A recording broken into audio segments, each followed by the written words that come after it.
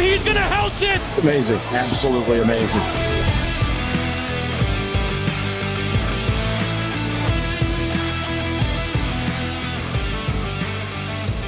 What's going on, everybody, and welcome to another Angle of Pursuit podcast, your fantasy football, sports betting, and NASCAR home. I am your host, Kyle Robert. You follow me on Twitter at NotoriousKRO. With me to break down Daytona 500 bets, predictions, DFS, DraftKings lineups. It's Brian Twining. What's up, Brian? Hey, Kyle. Man, we talked earlier in the week about the 500, but as we're just one day away as of this recording, this has to be the most excited I've ever been for a single NASCAR race. Yeah. I just want to lead off with that.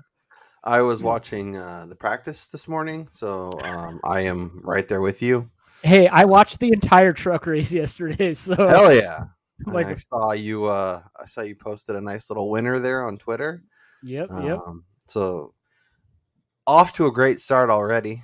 So we're gonna get into it. We got a lot to get to now that qualifying is done and we know where everyone's starting. We're going to go through some of our DFS thoughts. We'll give you our cores. We'll even build a lineup and kind of get that going. And then obviously we hit some bets, but we'll kind of let you know where our card is at and what we're looking to add, what we're looking to do. So let's jump into our cores, and then we'll use that as kind of a jumping off point. Obviously, there's a ton of really quality drivers, and we can talk kind of general strategy here, but I think it'll be good to do that. So we'll throw up mine.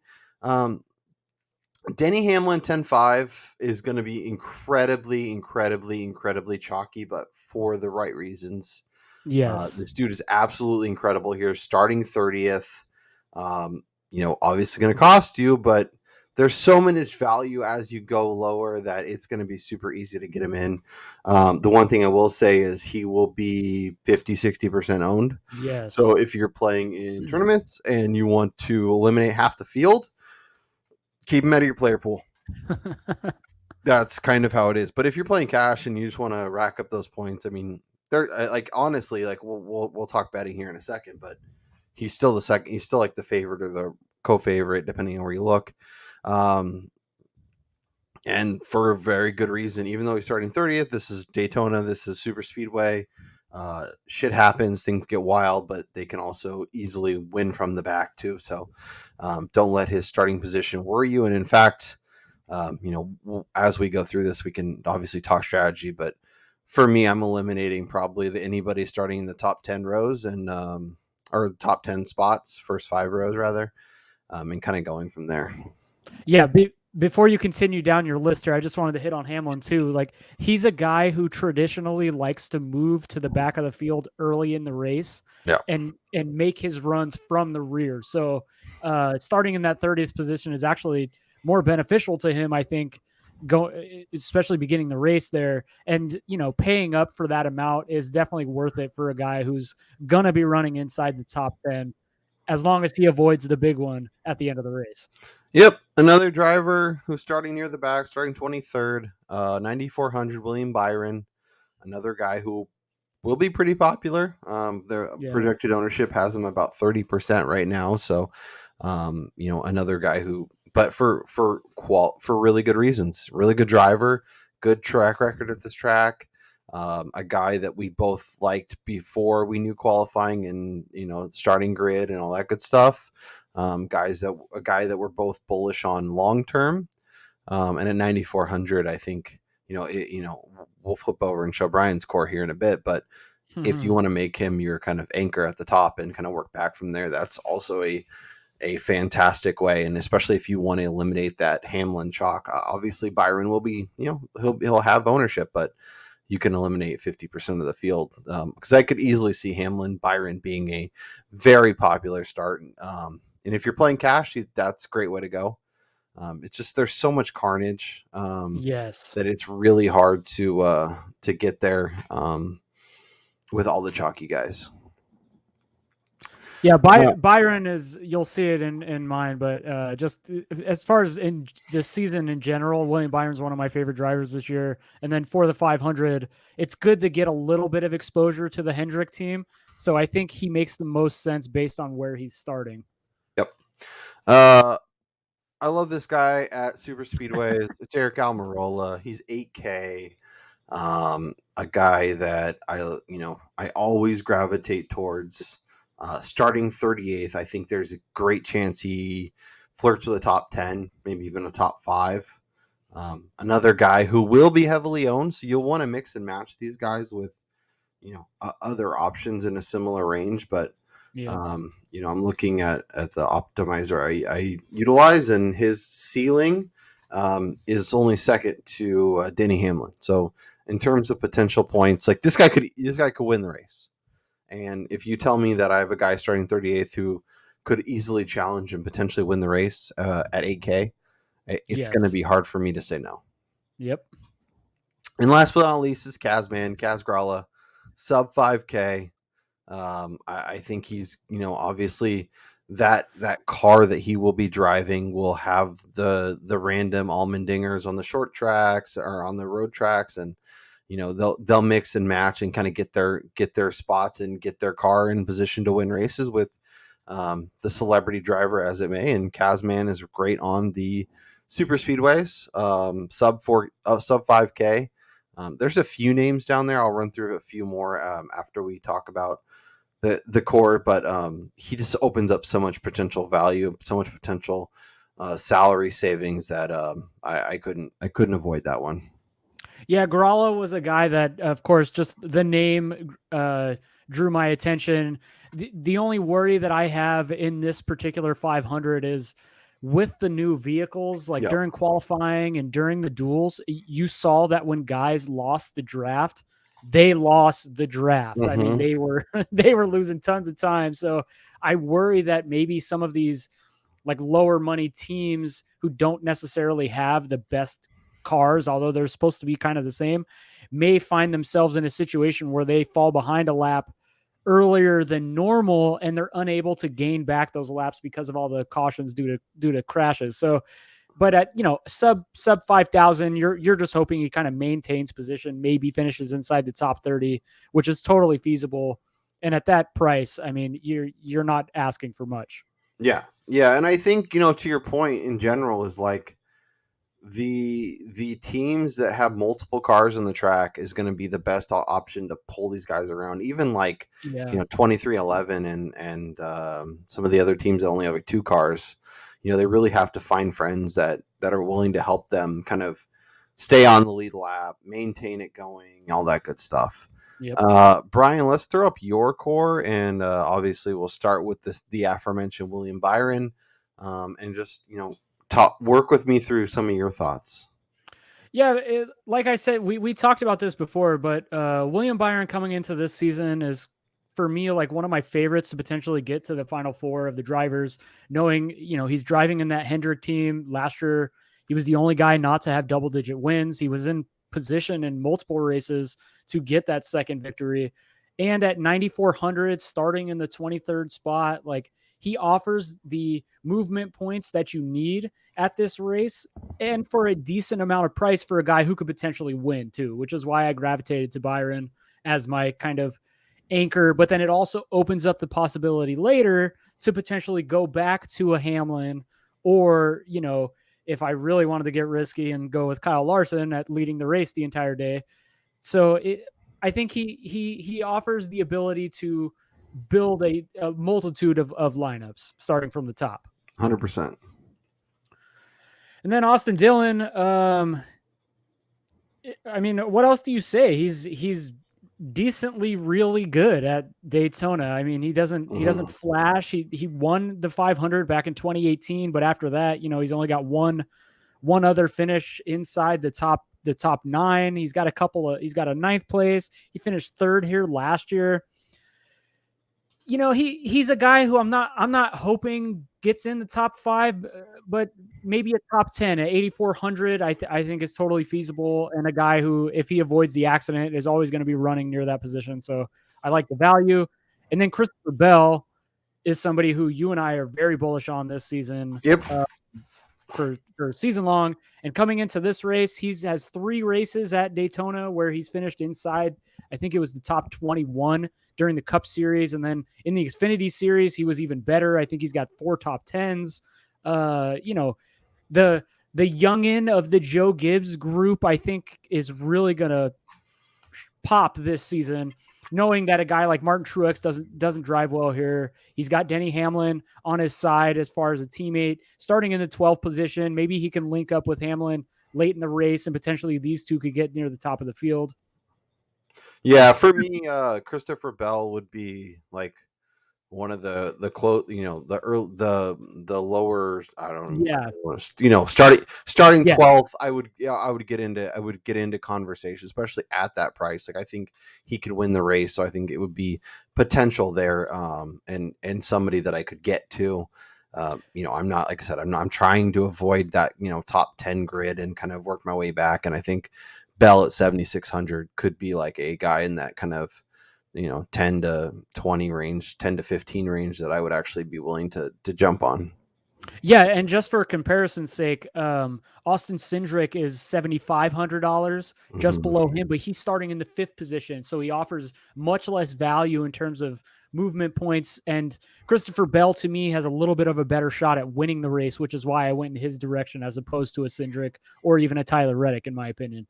Yeah, and it looks like both Reddick and what was I looking at? Oh, Christopher Bell, 10% ownership, approximately, kind of the projected ownership right now. So, a nice way to get off of, get some leverage and find some value. Yeah, and for me, other than Byron, I think the chalkiest guy that I'm going to have here has got to be Justin Haley. Haley pops at Daytona. He's in a full-time ride this year with colleague. 7,400. He was on multiple of my cores last year as a guy, filling in. I think he was front row maybe, or maybe he was filling in for colleague. I can't remember, but starting near the back of the field almost all the time last season and consistently finishing inside the top 30. I think Haley is a guy who's starting 25th, has every chance in the world to maybe get a top 10 here. So at $7,400, it's more than worth it. Yeah, his numbers really shrank in the betting market too, which makes me a little more optimistic on him. A few notes, Brian. I got this from RotoDoc over on Twitter. Basically, the cars finishing on the lead lap, 54.4% of the drivers have finished on the lead lap since 2005. But in the 40 car era, which is 2016, that number shrinks to 40.8. And if you only include when it became stage racing, it's 33.5 complete the lead lap. So, there's obviously a lot of carnage. We'll see how it goes with the new cars. If, how aggressive they want to get early, how aggressive, obviously they're going to get crazy late, and then kind of mix it around. The one thing I will say about this race too is, it depends on like kind of how you're, obviously Dominator rating is going to be way more important than a lot of other tracks. This track, exactly. I was just going to say that it's not. You want to load up the guys in the back and just get all those movement points, get all those fastest lap points, and then hopefully, you get a Denny Hamlin or something that can get out to the front and run in the front and get you a few extra points that way. But you really have to approach races differently. And yes, super speedway races are going to be get those movement points. So when we talk Atlanta, when we talk Talladega, and obviously Daytona, the guys starting in the back are going to give you your best opportunity to produce points. Well, speaking on that, the last 4 champions of the Daytona 500 all started outside the top 10. So it just shows you there's not necessarily the same value in the guys starting at the top of the field for this particular kind of race, as opposed to a 1.5 mile track or even a road course where you want those guys starting near the front because it's more difficult to pass. There's less accidents. There's less room. So this is definitely a track or a race that you want to attack the field from the back forward, and which is why Denny Hamlin at 10.5 is almost like a lock for everybody's lineup. And honestly, is probably the reason why I didn't include him in my core. Yep. And like I said, if you're trying to win tournaments, especially if you're trying to win the big money, like if you're trying to do the Millie Maker and you want to eliminate half the field, you just avoid Hamlin, and hopefully that he gets caught up in something and doesn't be the guy that you need in your lineup, and you'll be good to go. I think I'm 100% with you on Austin Dillon. 8,400 makes too much sense, starting 36th. I also like his brother Ty. I think there's a lot of potential there. 5,200, much more affordable. Just wait till we build our lineups, my Let's friend. do it, baby. I love it. I love it. Yeah, there's a lot of you're nailing a lot of the people that I like.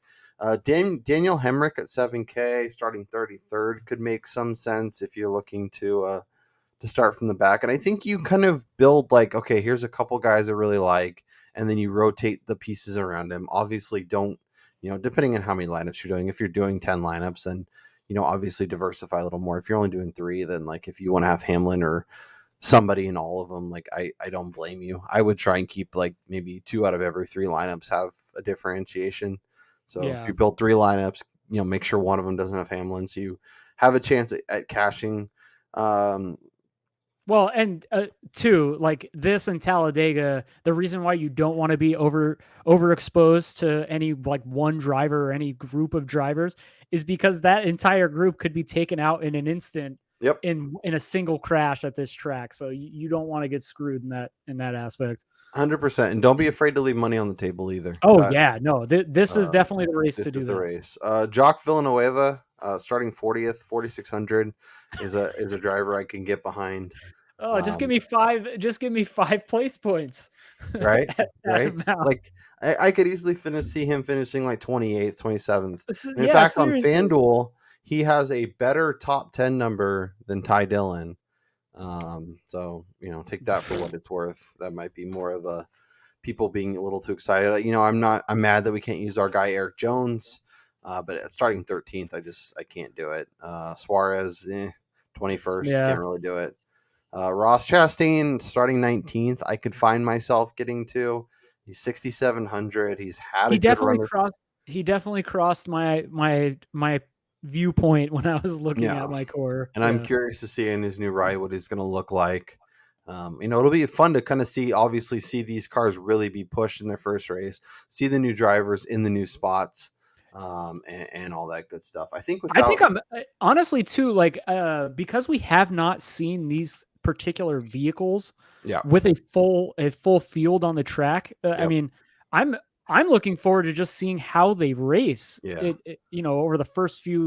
Over the first few laps and in the first stage in general, because if you've watched any of the stuff leading up to it, a lot of drivers are saying that the side draft doesn't necessarily affect the vehicles the same way that it used to. So maybe it'll be more difficult for guys to form those third lines and sneak past the pack. It's going to be an interesting race. Yeah, I'm curious to see how the drafting works with the new cars. I'm curious to see how aggressive these people are, and we've kind of talked about some of the teams that only have one other ride or no other rides, how aggressive they may or may not be. I'm curious to see if they actually live up to that, or if they are just going to be balls to the wall once the carnage starts happening. Yeah, well, I just said, like, what is Joey Logano? How is he going to race knowing that he's already on his backup car? For the 500, what is his team going to tell him when it comes near the end of the race? Like, do we go for the win? But I feel like for Logano it's different. Like, but yeah, I could see them being fine with him going just because that team has the capital. But yeah, he especially early in the race, like they're going to be like, hold on, and then we'll really push it. Once we get to the final stage. But let's build a lineup, Brian, and let's take a look at kind of where we are, where our heads are at, and what we're thinking. So I'll let you start it. Well, I mean, he's the one commonality. We got to go William Byron, top of the list. I mean, we both have. Should we let's tournament this and let's avoid Denny Hamlin and see what kind of lineup we can build. Are you down for that? Oh yeah, for sure. Okay, so go ahead. I was just gonna say, like you said, at these super speedway tracks, normally you want to avoid the people starting, inside the top 10 or anything like that. The one guy to me that brings about a longer discussion of that would have to be Chris Buescher. I mean, he's 6,700. Yeah. Or no, he's 7,800, but he's starting 4th. So you have a guy who potentially could jump out to the lead early, say he leads 40 laps, but finishes 10th. You're losing those 6 points, but you only spent 7,800 on him, and he led a quarter of the race. So the thing it's interesting with Buescher is his ceiling is really high, but so is his floor is really low. Yeah. He's gonna have very little ownership. So I think that's a great pair. Like if you want to pair him with Denny Hamlin, I think that would be a very compelling way to go. I don't know that I would go crazy and use him in a lot of lineups, No, but I think he definitely provides some uniqueness and a little bit of way to kind of be different. And like I said, not a lot of people are going there, so I think that makes a lot of sense. I'm gonna go with Almirola just because that's what I do. I was just gonna say we couldn't start 8K the season starting off without 38th, a Eric guy who Almirola. performs super well at super speedways, a guy who has a great track record at Daytona and potentially in his final year in NASCAR. So we'll see how that goes. But 8,000. So we're down to 32,000. Obviously, we don't need to spend it all. About 8,000 remaining. Brian, where is your head going? Who else should find a home in this lineup? Oh man, it's so hard because even though we've only been doing this for a couple of years, like at Daytona, I almost avoid anybody, like you said, that's starting up near the front of the field that's any more than 8K normally. Yep. So it's like I skip over almost the entire first part of the entire roster. I love Christopher Bell this week. I just think he at that price, at the 7,600 number. I think you're. I don't think it's crazy to take somebody like I said. I'm going to try and avoid it, but like if you have one guy kind of in that top 10-ish range, top 15-ish range, I think it's a good way to be a little bit unique. And I don't hate going to Christopher Bell. I mean, you never twist my arm. He's one of my favorites, so I will always find a way to get there. And that's going to be I think kind of our guy, and then we'll just hammer the back half of the field again. So we're passing on Hamlin. We're trying to build a tournament lineup that we think has some serious upside. Justin Haley at 7,400 is compelling. Ross Chastain starting 19th. I don't hate. Talked a little bit about him. I'm really sad that Harrison Burton qualified where he did because otherwise he would be in my lineup. Bubba starting 16th is kind of in that same boat where I was just gonna say, Bubba is super compelling this week in both the betting realm and in DFS because normally, if you have Bubba Wallace at a track, he's probably in that low 7s, high 6 numbers, even starting 18th. But his successes at the super speedways inflates his odds, inflates his cost, and I can't see myself getting there for that amount. Would you rather use Bubba Wallace starting 16th at 8,300 or Ricky Stenhouse starting 18th at 7,900? Both are going to have about the same percentage of ownership. Both cost about the same, both starting in about the same spot. If you had to pick one, who would you pick? Among those two guys, I probably would go Bubba. I think the addition of Kurt is really going to play huge dividends this season. And I think if we were saying, okay, let's flip over and talk betting, who do I think is going to have a better chance to win the race? I might go Stenhouse there. But in terms of a guy that I think can be safer and not absolutely demolish their car, I think Bubba would be the play there. Man, Cindric starting 5th. He's another guy that if he was starting way towards the back, I think I would be a lot more. Yeah, I can't get there with his starting position. I think Tyler Reddick is super compelling at 15th, but that 7,700 mark is a little bit. Yeah. I'd almost be willing to go down to Hemrick starting 33rd for 7K. I mean, I'd much rather go to Hemrick for 7K. I'd much rather go back up and talk about Wallace or Stenhouse as the two guys we've been going. Let's go with my guy. Let's go with the Kaz man. Little risky, but sub 5K starting 35th. I think it's worth a gamble. Yeah, I mean he's a huge salary saver, and like we said, all he's got to do is move up a few placement points.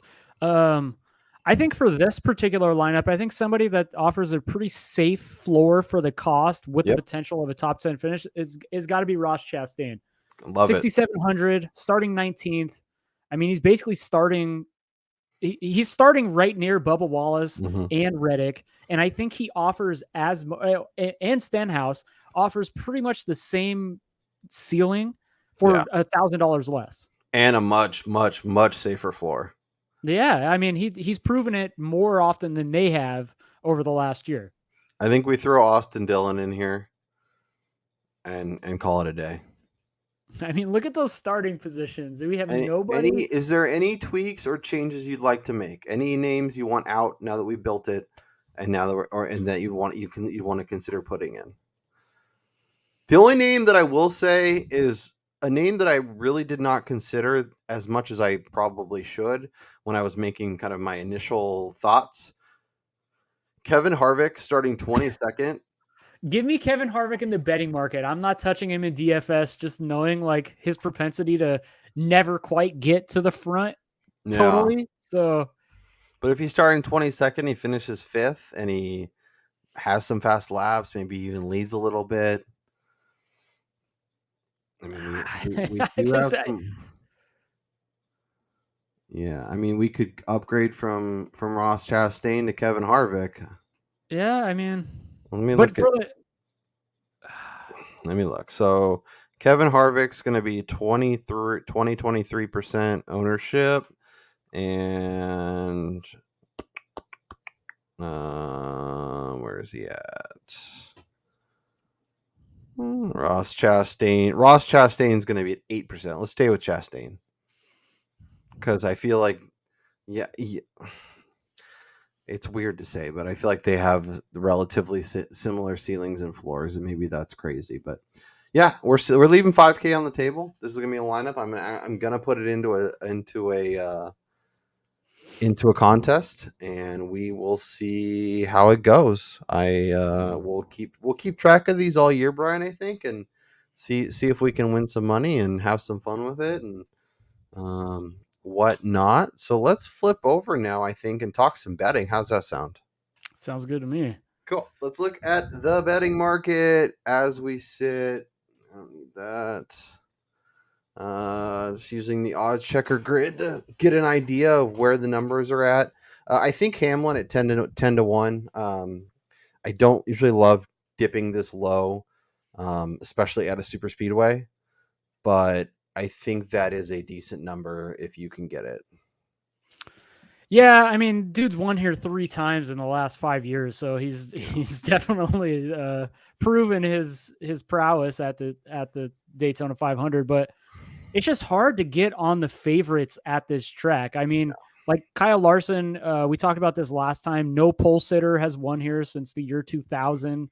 Yep. So I mean, I know Larson dominated the circuit last year, but I mean that can't continue, right? Right. Especially 100%. At this track. I mean, and then like Joey Logano, no chance in hell he would ever find himself on my betting card for the biggest race of the year. And then, after him, I guess it's just which driver you like the best before you get to that 20 to 1 mark. And I mean, we've talked about it. Ryan Blaney. Yep. I'm very happy to be holding the 14 to 1 ticket right now. Yeah, exactly. Like, think about that when we got that. Like, it continues to shrink with him. Yeah. I mean, he's starting inside the top 10. He's proven how good he is as long as he finishes the Daytona race. So Kyle Busch is interesting. I'm kind of bullish on him just rebounding and winning a few more races this year. So if you can get that 18 to 1, I don't hate that. But this race really opens up, really gives you a lot of opportunities for winners. I'm really disappointed at 25. Yeah, I'm really disappointed at that Chris Buescher number opened at the week at 35 to 1. Yeah. Practice, qualifying, winning the duel has gotten lots of people on him. I mean, look at the numbers. He's dropped down 10 points. Even at 25 to 1, I think Buescher still offers plenty of value, but I'd prefer to go down the board even more. And I mean, look at Look at a guy like Austin I'd rather Dillon. go to Austin Dillon at 28 or even Or 25. for me, like Christopher Bell, 33 to 1 Yeah. at. I mean, yeah, I've been trying to get to that number. I haven't been able to find it on a place where I can bet it. So I have yet to make that actual bet, but I do like that number at 33. Especially like Cindric's right there. Like Cindric's gonna be fun. He's gonna be a guy that I think long term will be super valuable and super a guy that competes for playoff spots, but not right now. Not No. this year. 35 on Stenhouse I will absolutely take. It's good to see Justin Haley's number it got a little aggressive. It opened at 50, I think. It dropped to 40. I mean, it got to 30 in some books. So at 40, I think it's interesting. I think beyond there, I would have a hard time pulling the trigger. And there's Ross Chastain, 50 to 1. If you can get that, there's a couple books offering it. I could find myself getting there as well. I mean, and then you look right above him, Michael McDowell, last year's winner of the Daytona 500. This year, I mean, his odds are all over the place. Yeah. I mean, I'm not expecting a repeat of him winning, but last year was just another indication of how wild this race can get near the end. And all you have to do is put yourself in position for that final lap. And pretty much this entire field has the ability to do that. Like, I mean, honestly, I wouldn't even mind throwing $1 on Harrison Burton at 80 to 1. Well, that's the thing is like DraftKings hanging a 40 on Harrison Burton's absurd. But if you can get the 80, I think it makes a hell of a lot more sense. Yeah. But 40 for a guy like him. I will say I bet Eric Jones at 50 and I went back and it was 66, so I hit it again. I'll probably end up regretting that, but getting that extra value, I couldn't help myself. There's the Cas man, 125 to 1. Throw $5 on it, see what happens. Okay, keep going down that list. Oh, we're going deeper, huh? I want to see what Ty Dillon's numbers are. Ty Dillon is interesting. If you can get 125 or even 100, I think that makes sense. Yeah, so 80 is aggressive. Ty Dillon, I wanted to hit on that because he had driven at Daytona. It's like 10 times since 2015 in the Cup Series, and the last 2 times in 2020 he was involved in a crash. But prior to that, dude had qualified inside the top 25 4 consecutive races, and he had 3 consecutive 6th placed or better finishes at this track in the Cup Series. So Dillon has the experience at the top level at this track, and as a guy at that kind of number could surprise. And at 125 to 1 for $5, I mean, you're set for the rest. And he has a full-time seat this year, right? It's not like a part-time. So I think that opens up. Okay, I don't have to stress about not performing well here, because then if I don't, I'm going to lose my seat for next week. Yeah, he teamed with the Petty GMS to be teammates with Eric Jones. So yep, and I think that team is going to be spending a little more money on the cars, and I think they're going to be in a much better spot this year and not be the shell of themselves that we saw last season. So as far as outrights, I have Ryan Blaney at 12, I have Almirola at 25, I have Christopher Bell at 33, and I have Eric Jones at 66. Nice. Yeah, are you hitting any outrights on your card? Well, so I'll take Blaney at that 12 to 1 number. Okay. I don't mind it at that number. I really wanted Busher earlier in the week at 35 to 1, but for our show's sake, I'll take it at the current listed price at 25 to 1. I think he offers too much potential to pass up. And I think, Brian, this will be a good thing. Basically, we'll do our preview show a lot of times before qualifying. And if you want to grab a number, grab it. And then obviously we can record after qualifying, after everything's set, and kind of see how we are. And maybe, if the line moves in your favor, then you feel good. And if it moves against you, then you can hit it again and see what happens. We will be keeping track of these bets all year long, just to kind of get to have some fun with it. See if we can I like the Ty Dillon at 100 as well. Yeah, no, I'm definitely adding that. I mean, even if I just put $1 just for fun, like that's a bet I have to make. $5 to win 500. Love that. Love that. Great odds. Love that. You spend more of that on your cup of coffee at Starbucks. Seriously. Let's flip over to the DraftKings and let's look at some finishing positions. I'll start with top 10 and we can kind of work from there. Some of these numbers are the way they are for a reason. Can you see that okay? I'm looking at my big screen. Yeah, no, I can see it. Cool. It looks good. So a lot of these aren't providing a ton of value, but as we start to get down here, we start to get numbers that are kind of even. Ross Chastain at even money could make a ton of sense. And in fact, I will add that to my card. What names are, Eric Jones as well, plus 180. What names are jumping out to you?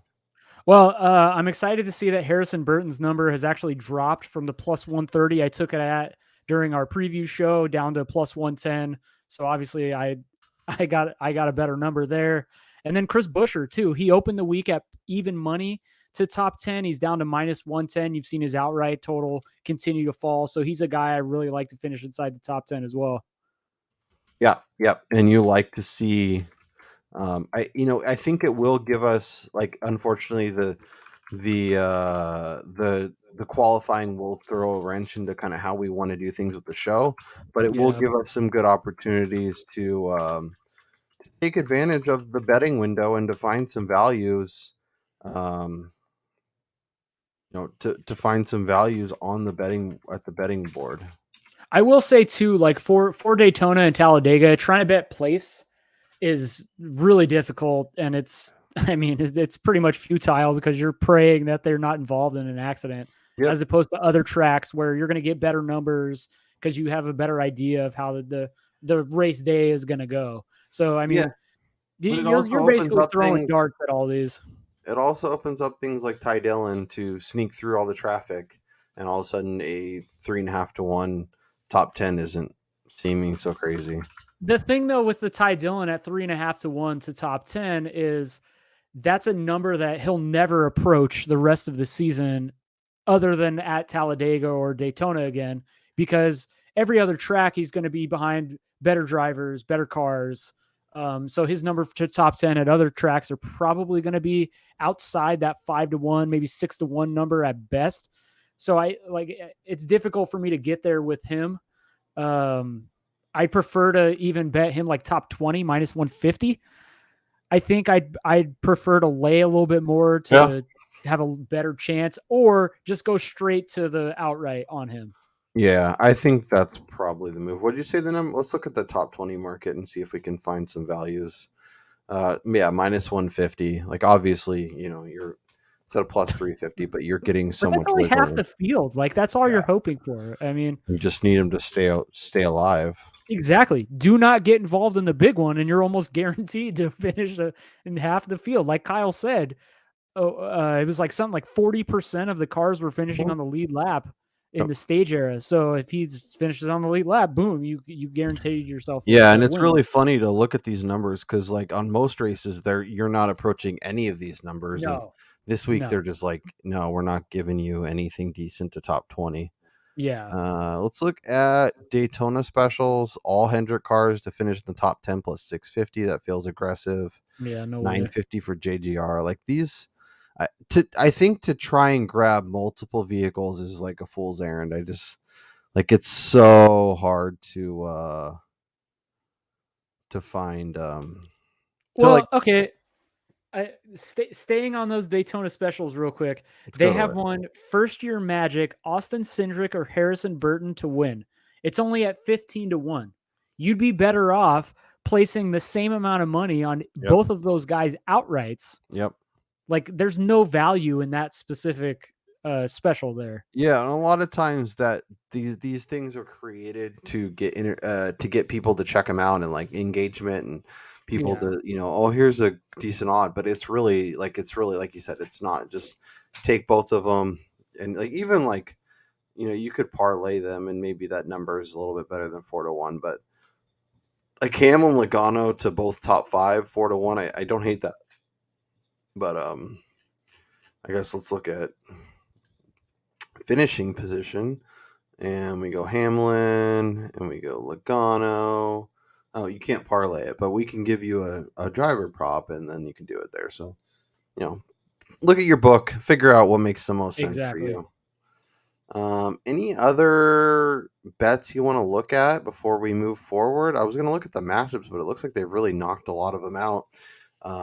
Yeah, they don't really have they do have groups in the driver props. Driver props. Go here. Oh, okay. Yeah. Oh, yeah, here's some matchups. Yeah, they just moved them all. That's fine. Any huge numbers? I know we a great commenter point out some really good values. I love Ryan Blaney, but William Byron at plus 110 I think could make some sense. There was some like plus 140s and plus 130s, but I think enough people have figured out those out and have hammered them.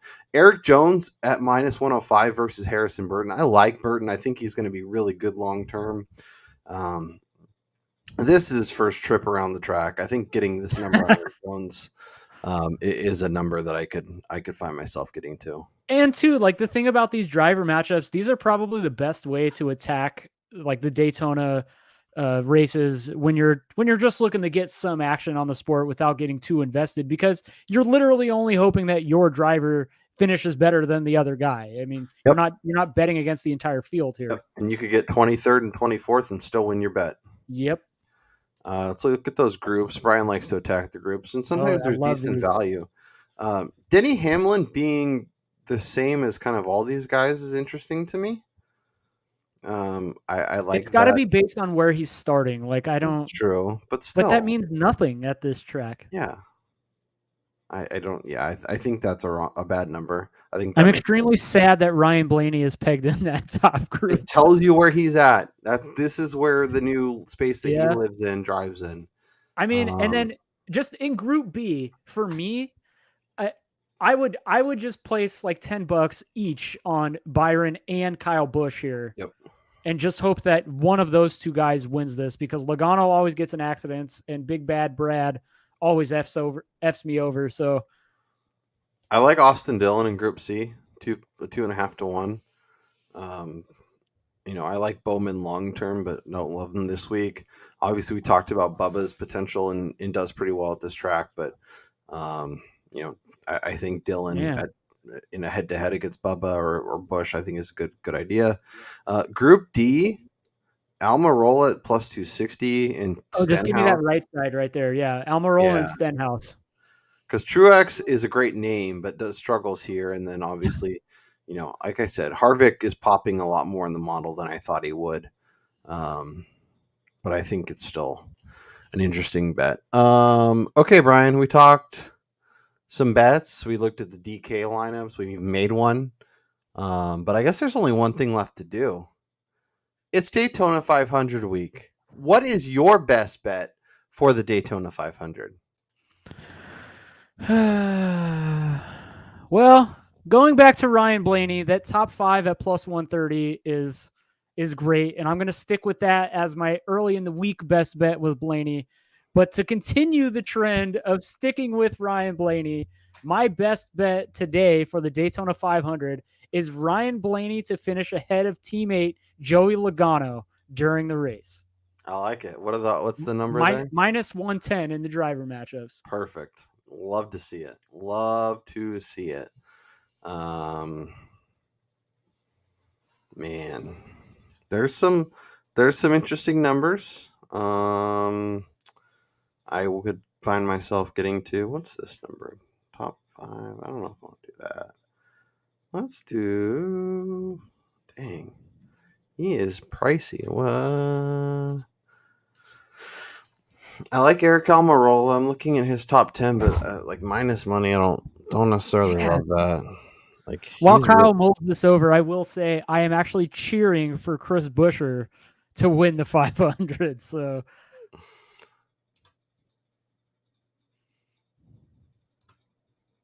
I think, therefore, let's go Austin Dillon, top 5 plus 190. I need to get a little aggressive. Woo! I need a plus money for the first race of the season. Man, that is super aggressive. Plus 190. I like it. So my official betting card will be Ryan Blaney outright, 12 to 1. Christopher Bell outright 33-1. Eric Jones outright 66-1. Eric Almirola outright 25-1. I'm taking the Eric Jones top 10 at plus 180. Taking the Ross Chastain top 10 at even money. Taking Ty Dillon T20 minus 150. I'm taking Eric Jones over Harrison Burton minus 105. And then my best bet for the week is Austin Dillon T5 plus 190. Tell the people what you're doing, Brian. All right, so I'm only going with 2 outrights this week, and that's Ryan Blaney and Chris Buescher. Oh, I'm sorry, I'm going with 3 outrights. That's right.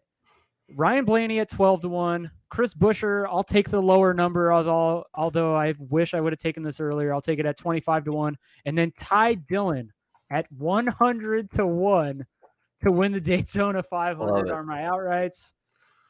Going down to the top 5 market, my best bet is the Ryan Blaney top 5 plus 130. That just makes too much sense for me.